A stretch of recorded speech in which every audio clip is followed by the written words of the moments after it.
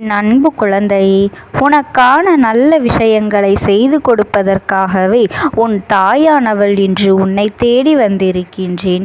என் பிள்ளையே, நீ எதை நினைத்தும் கவலைப்படாமல் இந்த அம்மா சொல்கின்ற இந்த வார்த்தைகளை மட்டும் நீ கவனமாக கேட்டுக்கொண்டால் உன் வாழ்க்கையில் அனைத்து நல்ல விஷயங்களையும் நல்லபடியாக நான் நடத்தி கொடுப்பேன் என்பதனை மட்டும் நீ மறந்து விடாதே என் தங்கமே.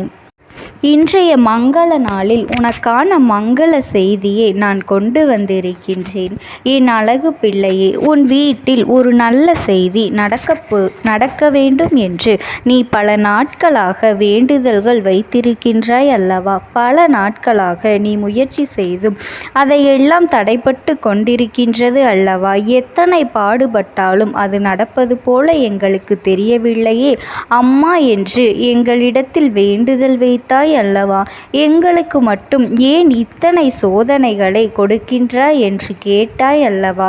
நீ உன் குலதெய்வத்திடம் இதை வைத்திருந்தாய் அல்லவா? இப்பொழுது உன் குலதெய்வம் உன் வீட்டில் அந்த மங்கள நிகழ்ச்சியை நடத்தி கொடுக்க வேண்டும் என்று முடிவு செய்துவிட்டார். நானும் அதே முடிவில்தான் இருந்திருக்கின்றேன். நாங்கள் இருவரும் சேர்ந்து உன் இல்லத்தில் நடக்கப் போகின்ற அந்த மங்கள நிகழ்ச்சியை அதற்கான ஆசிகளையும் வழங்குவதற்காக வந்திருக்கின்றேன் என் தங்க பிள்ளையே. இந்த விஷயத்திற்காக நீ பலமுறை என்னிடத்தில் வேண்டுதல் வைத்திருந்தாய். ஆனால் அது நடக்கவில்லை என நீயும் மனம் நொந்து போய்விட்டாய் என் பிள்ளையே. ஒரு வீட்டில் சுபகாரியம் நடக்கின்றது என்றால் அதில் பலவிதமான பிரச்சனைகளும் தடைகளும் வந்து சேரும் அல்லவா என் தங்கமே? முதலில் நீ புரிந்து கொள்ள வேண்டும். அதை தடுப்பதற்கு அங்கு தடைகள் விதிப்பதற்கும் ஒரு கூட்டமே இருந்து சுற்றி கொண்டு திரிவார்கள். அங்கு தேவையில்லாத பேச்சுக்களையும் வளர்த்து விடுவார்கள்.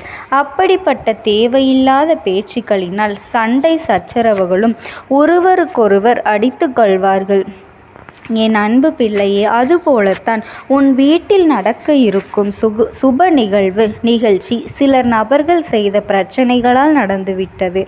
அவர்கள் திடீரென்று பிரச்சனைகளை செய்யப்போவதில்லை என்பதனை புரிந்து கொள். ஏற்கனவே பிரச்சனைகளை செய்ய வேண்டும் என முடிவெடுத்து விட்டார்கள் என் தங்கமி.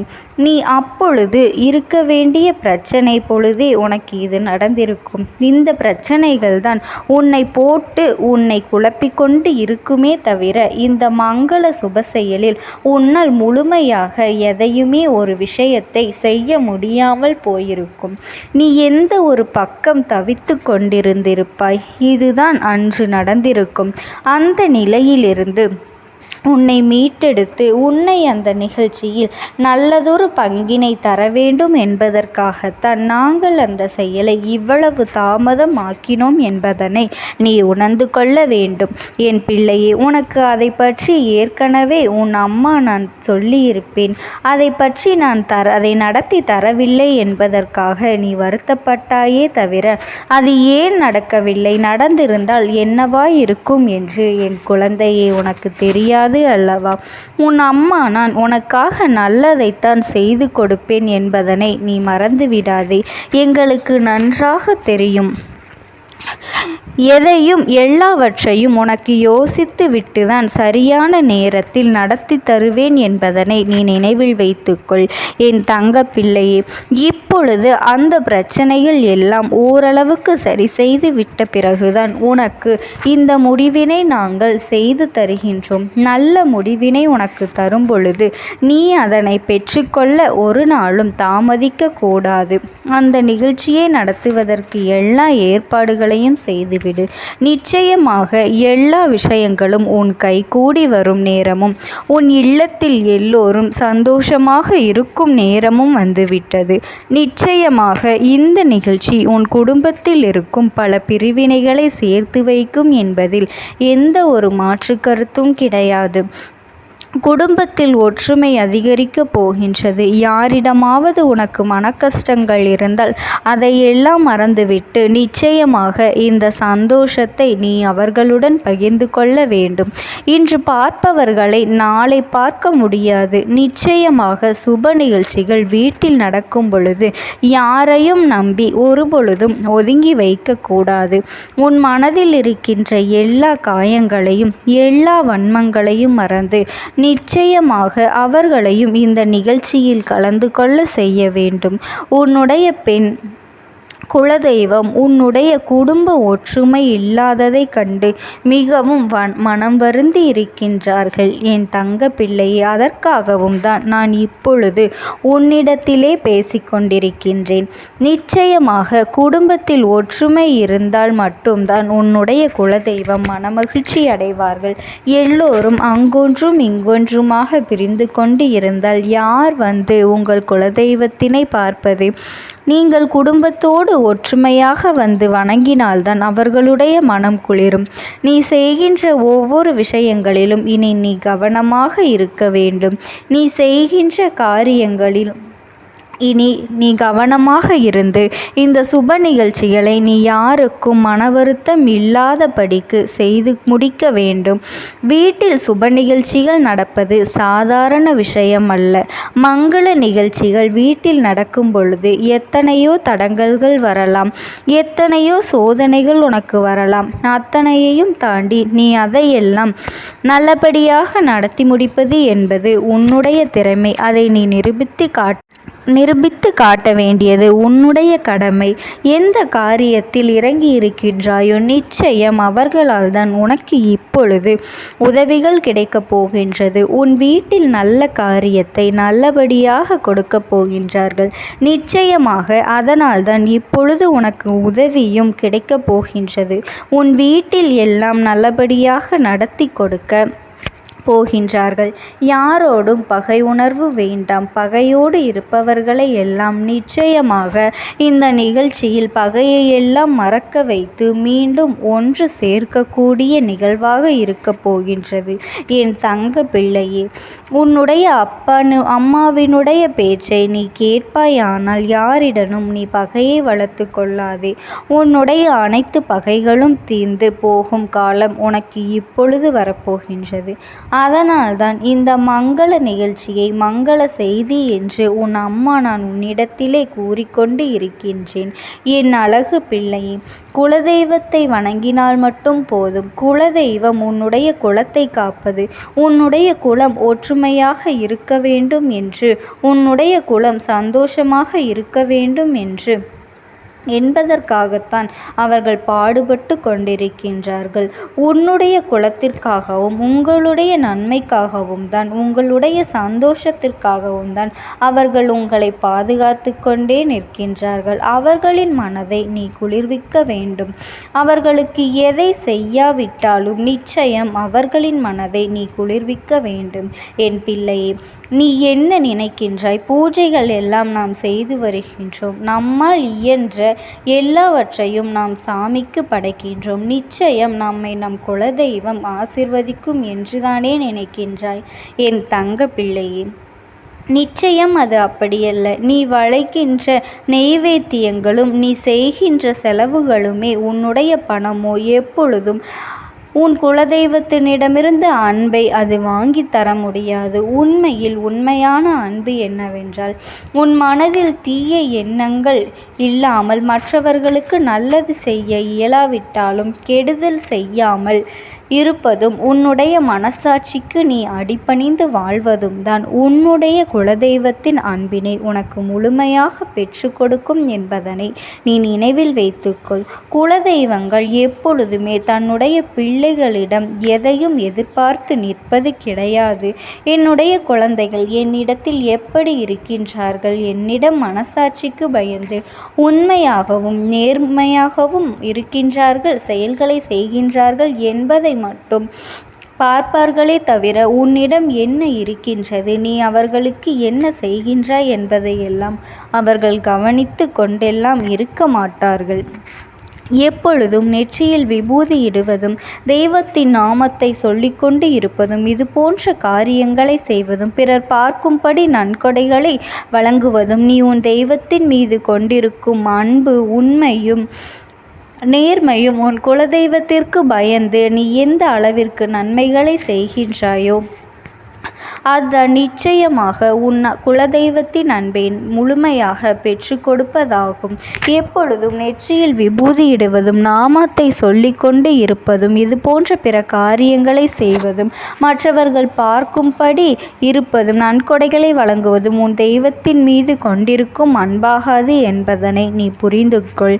என் தங்க பிள்ளையே, நீ எதற்காகவும் கவலைப்படாதே. இந்த அம்மாவினுடைய அன்பும் ஆசீர்வாதங்களும் உனக்கு எப்பொழுதுமே முழுமையாக கிடைத்து கொண்டே இருக்கும். ஓம் சக்தி. ஓம் ஆதிபரா சக்தி. உருவாக்கி கொடுக்கின்றேன்.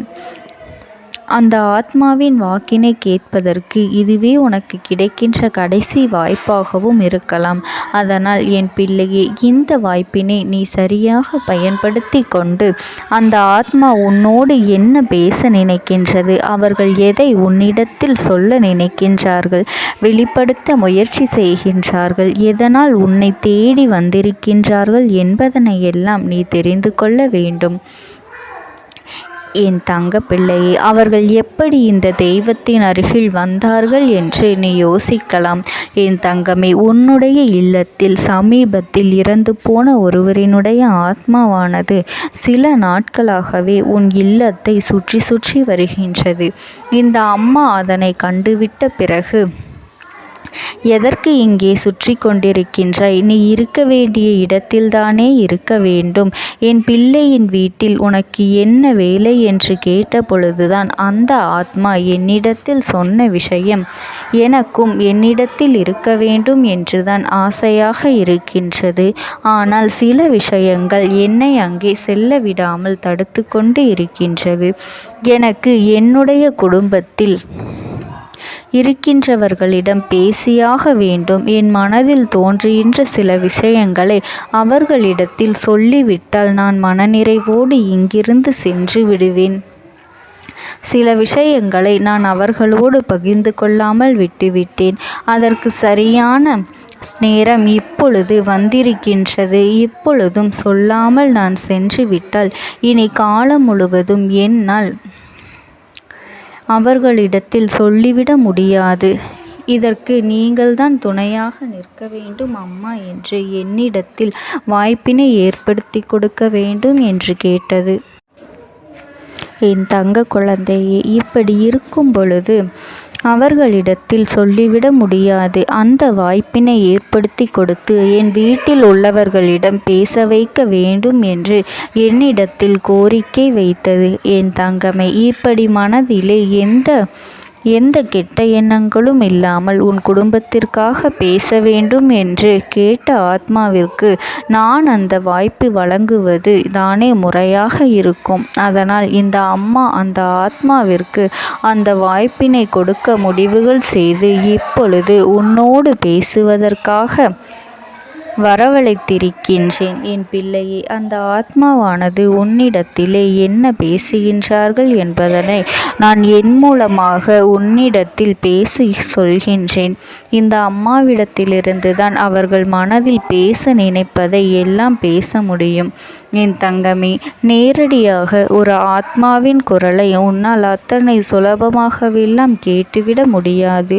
இந்த அம்மா அதற்காகத்தான் இன்று இந்த உதவியை செய்கின்றேன். என் குடும்பத்தில் இருக்கின்றவர்களிடம் பேச வந்திருக்கின்றேன். உங்கள் எல்லோரையும் நான் இனி காணவே முடியாது என்பதனை நான் உணர்ந்து கொண்டேன். என் வாழ்க்கையில் நிறைவாக இருந்து என்னால் உங்களுக்கு கஷ்டங்கள் வந்தாலும் உங்களால் எனக்கு எந்த கஷ்டங்களும் இதுநாள் வரையிலும் வந்தது கிடையாது.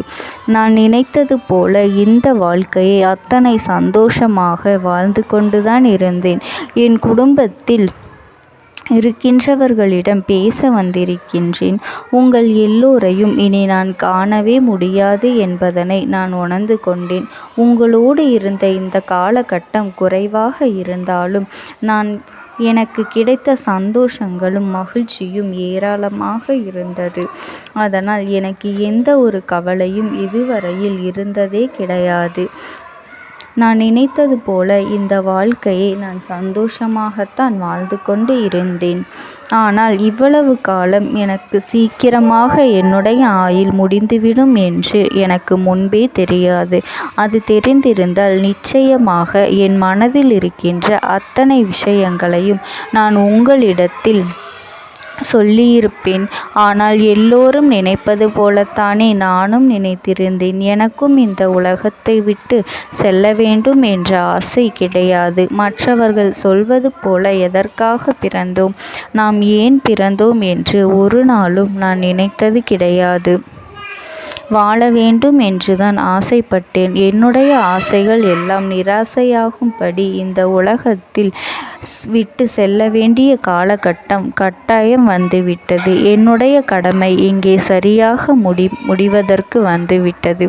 இன்று நான் உங்களோடு பேச வந்ததற்கு முக்கியமான காரணம், சில விஷயங்களை எல்லாம் உங்களோடு சொல்லாமல் விட்டுவிட்டேன். எப்படி நடக்கும் என்று தெரியாமல் நான் சில விஷயங்களை செய்தும் முடித்துவிட்டேன். அதற்காக உங்களிடத்தில் நான் மன்னிப்பு கேட்டுக்கொள்கின்றேன். இதை உங்களிடத்தில் பகிர்ந்து கொள்ள வேண்டும் என்றுதான் இன்று நான் வந்திருக்கின்றேன். உங்களை நான் மனதார வணங்குகின்றேன். இந்த வாய்ப்பினை நான் சரியாக பயன்படுத்தி கொள்ள விரும்புகின்றேன். அதனால்தான் என் மனதில் இருக்கின்ற விஷயங்கள் எல்லாம் நான் சொல்லிவிடுகின்றேன். சிறிது நேரம் அமைதியாக அமர்ந்து என்னுடைய வார்த்தைகளை கேட்டாலே போதும்.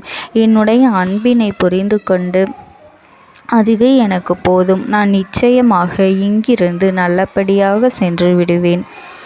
இன்று உங்களோடு பேச வந்ததற்கு ஒரு முக்கியமான காரணம், நான் சில விஷயங்களை சொல்லாமல் விட்டுவிட்டேன். இப்படி நடக்கும் என்று எனக்கு ஒரு நாளும் தெரியாமல் சில விஷயங்களை செய்துவிட்டேன்.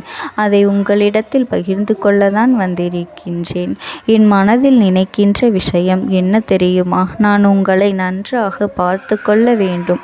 உங்களின் ஆசைகளை எல்லாம் நிறைவேற்றி கொடுக்க வேண்டும். உங்கள் வாழ்க்கையில் நடத்தி கொடுக்க முடியாமல் போனாலும் இனிமேல் அதையெல்லாம் நடத்தி கொடுக்க வேண்டும் என்று ஆசைப்பட்டு என்னால் ஆன முயற்சிகளை எல்லாமே செய்து கொண்டிருந்தேன். ஆனால் முழுமையான பலன்களை கொடுப்பதற்கு முன்பாகவே இது போன்று நடந்துவிட்டது. அதனால் நான் ஏதேனும் குற்றம் குறைகள் செய்திருந்தாலும், ஏதேனும் உங்களுக்கு மனதிற்குள் கஷ்டத்தை தந்திருந்தாலும் என்னை மன்னித்து விடுங்கள். நான் எப்பொழுதும் உங்கள் மீது உண்மையான அன்பினைத்தான் வைத்து கொண்டிருக்கின்றேன். நான் ஒரு நாளும் மனதில் ஒன்றும் வெளியில் ஒன்றுமாக ஒரு நாளும் நான் நடந்து கொண்டது இல்லை. அதனால் என்னவோ என்னுடைய குணங்கள் சிலருக்கு இங்கே பிடிப்பதே இல்லை. எதுவாக இருந்தாலும் என்னோடு இருக்கின்ற என் குடும்பத்திற்கு தெரியும் அல்லவா நான் யார், என்னுடைய அன்பு எப்படிப்பட்டது என்று. அதனால் என்னுடைய அன்பினை முழுமையாக உணர்ந்து கொள்ள வேண்டும் என்று அதனை இங்கிருந்து ஏற்றுக்கொள்ளவே முடியாத ஒரு விஷயமாகத்தான் இருந்தது. நானும் அங்கும் அங்கும் ஓடி ஓடி மீண்டும் என்னுடைய உயிரை மீட்டெடுத்து விடலாம் என்றுதான் முயற்சி செய்தேன். ஆனால் அப்பொழுது என்னால் அதையெல்லாம் செய்ய முடியவில்லை. உயிரற்ற உடலாக இங்கே நின்று கொண்டிருக்கின்றேன். நாட்கள் செல்ல செல்ல இதை எனக்கு ஏற்றுக்கொள்ள பழகிவிட்டது. இனிமேல் இதுதான் என்னுடைய உலகம். மீண்டும் அங்கே செல்ல முடியாது என்பதனை நான் புரிந்து கொண்டேன். செல்ல முடியாவிட்டாலும் ஆத்மா என்று ஆன பிறகு என்னுடைய உலகத்தில் இருந்தால்தான் எனக்கு சந்தோஷம். மீண்டும் மனித வாழ்க்கைக்குள் என்னால் நுழைந்துவிட முடியாது. எனக்காக இத்தனை காலமும் அன்போடு பழகி எனக்கு எல்லாம் செய்த உங்களுக்கு நான் சொல்கின்ற விஷயம் ஒன்றுதான். நடந்தது எல்லாம் நடந்துவிட்டது. நடந்த விதையை யாராலும் இனி மாற்ற முடியாது. இனி நான் உங்களோடு இருக்க வேண்டும் என்று நினைத்தால் கூட அது நடக்காது. அதனால் இந்த வாழ்க்கையில் நீங்கள் நல்லபடியாக வாழ்ந்து சந்தோஷமாக இருக்க வேண்டும் என்றுதான் அந்த ஆத்மா மனது வேதனைப்பட்டு உன்னோடு பேசுகின்றது. என் தங்க குழந்தையே, யார் உன்னை விட்டு சென்றாலும் இந்த தாயானவளினுடைய அன்பும் ஆசீர்வாதங்களும் உனக்கு என்றென்றைக்குமே முழுமையாக கிடைத்து கொண்டே இருக்கும். அதனால் நீ எதை நினைத்தும் கவலைப்படாதே. உனக்காக எப்பொழுதும் நான் இருந்து கொண்டே இருப்பேன். ஓம் சக்தி. ஓம் ஆதிபரா சக்தி. நீ விடுதலை கொடுக்க மாட்டாயா என்று என் பிள்ளை நீ என்னை பார்த்து கேட்கின்ற விஷயத்திற்குத்தான் நான் முடிவினை கட்டப் போகின்றேன். இன்னமும் சுருக்கமாக உனக்கு சொல்ல வேண்டும் என்றால், உன்னுடைய பிடிவாதம் இந்த அம்மாவினிடத்தில் ஜெயித்து விட்டது என்பதுதான் உண்மை. என் குழந்தைக்கு எந்த ஒரு விஷயம் வேண்டும் என்று அடம்பிடித்து இத்தனை காலமும் நீ நின்று கொண்டிருந்தாயோ, அந்த ஒரு விஷயத்திலிருந்து உன் அம்மா நான் உனக்கு விடுதலையை கொடுக்க வேண்டும் என்று என் முன்னால் கதறி அழுதாயோ, அந்த விஷயத்தை இன்று உனக்கு நான் முடித்து வைக்கின்றேன். என் பிள்ளையே, சுற்றி இருக்கின்ற உறவுகளையெல்லாம் நம்புவதை விட்டுவிட்டு சற்று விலகி நிற்பதுதான் எல்லோருக்குமே நல்லது. ஏனென்றால் யாருடைய குணம் எப்பொழுது எப்படி மாறும் என்று யாராலும் கணித்துவிட முடியாது. ஒருவரிடத்தில் நல்லபடியாக பேசிக்கொண்டு வந்திருப்பாயானால் அவர்கள் மனதிற்குள் என்ன இருக்கின்றது என்று உன்னால் ஒரு பொழுதும் தெரிந்து கொள்ள முடியாது. அவர்களுக்குள் 1000 விஷயங்கள் ஓடும். உனக்கு செய்து தருவேன் என்று வாக்குறுதியை கொடுப்பார்கள். ஆனால் அதன் பிறகு பார்த்தாயானால் ஒரு நிமிடம் கூட யோசிக்காமல் சற்றென்று இவர்களுக்கு முடியாது என்று சொல்லிவிடுவார்கள். மனதிற்குள் அவர்கள் நினைப்பது, நீ சொல்வதை சொல்லிவிட்டு போ, நான் எதற்காக உனக்கு உதவி செய்ய வேண்டும் என்று எண்ணிக்கொண்டிருப்பார்கள். இது போன்ற போலிகள் அதிகமாக நிறைந்து இருக்கின்ற இந்த உலகத்தில் ஒரு விஷயத்திற்காக என் பிள்ளை நீ ஆசைப்படுகின்றாய் என்றால் அதை மிகவும் நான் கவனத்தோடு புரிந்து கொண்டு உன் வாழ்க்கைக்கு அது சரியா தவறா என்று, தேவைதானா தேவையில்லையா என்று, ஒரு வேலை கிடைத்தால் உன் வாழ்க்கை தெளிவாக இருக்குமா என்றால் நான் புரிந்து கொண்டுதான் உன் அம்மா நான் உன்னிடத்திலே சொல்ல முடியும் என்பதனை புரிந்து கொள். உனக்கு எத்தனை கால தாமதங்கள் ஆகியது என்பதனை அதனை புரிந்து கொள்ள அதை உன்னிடத்தில் ஒப்படைக்க வந்ததற்கு காரணம், பல அதிசக்தி வாய்ந்த பூஜைகளாலும் தெய்வங்களை நீ தொடர்ந்து வணங்கி கொண்டிருப்பதாலும் மட்டும்தான் உன் வேண்டுதல்கள் உச்சத்தை தொட்டுவிட்டது. தெய்வத்தின் மனதை நீ தொட்டுவிட்டாய். இனிமேல் உன்னிடத்திலிருந்து தெய்வத்தினால் தப்பிக்க முடியாது. நிச்சயமாக இனிமேல் இதனை நீ கொடுத்துதான் ஆக வேண்டும். எந்த எல்லைக்கும் செல்வதற்கு தயாராகிவிட்டாய். கடவுளுக்கு என்னென்ன செய்ய வேண்டுமோ அதையெல்லாம் என் பிள்ளை மனதார செய்து விட்டாய். உன்னுடைய அன்பிற்கு இந்த அம்மா நான் 5வது நாள் உன் வாழ்க்கையில் மிகப்பெரிய பிரச்சனையை தீர்த்து கொடுக்கின்றேன். அம்மாவினை நம்பினால் உனக்கு சத்தியம். என்னை நீ நம்பவில்லை என்றால் இந்த அம்மாவினால் நிச்சயமாக எந்த விஷயத்திலும் இதற்கு பொறுப்பாக முடியாது. உனக்கு நடப்பதை கூட நீ உணராமல் இருந்துவிட்டு நிச்சயமாக உன்னுடைய மனநிலையில் தான் மாற்றங்களை கொண்டு வர வேண்டும். இதனை புரிந்து கொள். ஒரு முறை அல்ல, பல முறை இதை நான் சொல்லியிருக்கின்றேன். வாழ்க்கையில் தெய்வத்தினுடைய சக்தி வந்துவிட்டது என்றால் உனக்கு பல நல்ல விஷயங்கள் செய்வதற்கு முயற்சிகளையும் செய்து கொடுத்தது. ஆனால் என் பிள்ளை நீ உன் மனதிற்குள் வைத்திருக்கின்ற தேவையற்ற எண்ணங்களால் அதை தொலைத்து விட்டாய். ஒரு பொழுதும் நீ தொலைக்கவும் மாட்டாய். தொலைக்க இருக்கவும் கூடாது. ஏனென்றால் உன்னோடு இருப்பது இந்த அம்மாவாகிய நான். உன் வாழ்க்கையில் நல்லதை செய்து கொடுப்பது உன் அம்மா நான். உனக்காக இந்த வாழ்க்கையில் எந்த எல்லைக்கும் செல்ல தயாராக இருக்கின்றேன். அதனால் இனி துணிந்து இறங்கு. எண்ணி 5வது நாள் நீ விரும்பிய விஷயம் உன் கைகளில் இருக்கும். எந்த முயற்சிகளையும் செய்யாமல் அம்மா தரவில்லை என்று ஒரு நாளும் என் மீது பழி போட உன்னால் முடியாது. நீ முயற்சிகளையும் உன்னுடைய உழைப்பையும் சரியாக செலுத்திவிட்ட பிறகு நான் கொடுக்கவில்லை என்றால் என் மீது கோபப்பட உனக்கு அத்தனை உரிமையும் இருக்கின்றது. இதற்கு மேலும் என் குழந்தை கஷ்டத்தை சந்திக்க வேண்டிய அவசியமில்லை. எவ்வளவு தூரம் முடியுமோ அவ்வளவு தூரம் இந்த வாழ்க்கையில் உனக்கான விஷயங்களை நீ பெற்றுக்கொள்ள தயாராக இருக்க வேண்டும். என் தங்கமே, இனியாவது என் குழந்தை உனக்கு தர நினைக்கின்ற விஷயங்களை எல்லாம் தருவதற்கு இந்த வாழ்க்கையில் என்னவெல்லாம் சுற்றி நடக்கின்றதோ அதையெல்லாம் நீ தெரிந்து கொண்டு என் பிள்ளை உனக்கானதை என்னிடத்தில் தெரிந்து கொள்ள வேண்டும். எந்த அளவிற்கு மனதில் துணிச்சலோடு நிற்கின்றாயோ, அம்மா எதனை கேட்டாலும் கொடுத்துவிட வேண்டும் என்று நீ நினைத்தாய் அல்லவா? அன்று உன்னிடத்தில் தட்சணை கேட்டேன், மறக்காமல் கொடுத்தது என் பிள்ளையே. என்ன கேட்டால் இந்த அம்மா? உன்னுடைய அன்பையும் உன்னுடைய நம்பிக்கையையும் மட்டுமே கேட்டேன். இன்றும் உன் அம்மா அதைத்தான் உன்னிடத்தில் கேட்கின்றேன். அம்மா கேட்டால் எதையும் கொடுக்க துணிந்த என் பிள்ளை, இனிமேல் நம்பிக்கைக்கு நான் நிச்சயமாக உன் நல்ல நிலையை நீ